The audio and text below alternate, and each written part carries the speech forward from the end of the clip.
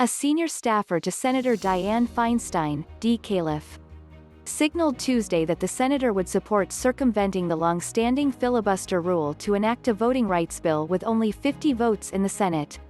Feinstein believes that the leadership of the Senate will come up with a path that allows this bill to go forward with 50 Democratic votes. Her state director Jim Lazarus told a San Francisco group from the liberal activist group Indivisible, according to a video of his comments. She will make this the No. 1 bill that has to get through over the next month or two. The idea of eliminating the filibuster or making it harder to do has gained momentum among Senate Democrats concerned Republicans would use the tool to block all of President Biden's agenda. While 60 votes are required to overcome a filibuster, only 50 votes are needed to pass a bill. But because the filibuster has been used in recent years on nearly all bills that come up for a vote, the 60-vote threshold has become the de facto requirement for legislation. To change the rule in a Senate split 50-50, Democrats would need the support of every member in its caucus, with Vice President Kamala Harris breaking the tie. But some moderate Democrats have balked. Feinstein has long opposed the idea, but in recent weeks she has appeared to soften her stance, particularly after Biden last month said he would be open to it.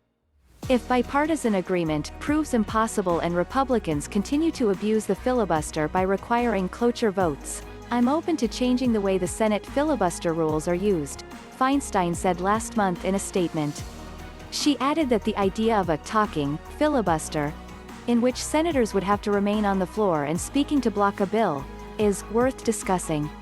While some Democrats want to see the filibuster eliminated completely, others have floated the idea of a filibuster carve-out for voting rights legislation.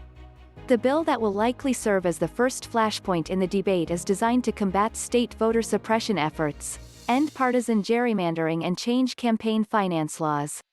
Democrats argue that allowing a GOP filibuster to kill the landmark measure would amount to putting the voting rights of the Senate minority above the voting rights of millions of Americans who don't have adequate access to the polls. Democrats are expected to push the bill to the Senate floor in the coming weeks.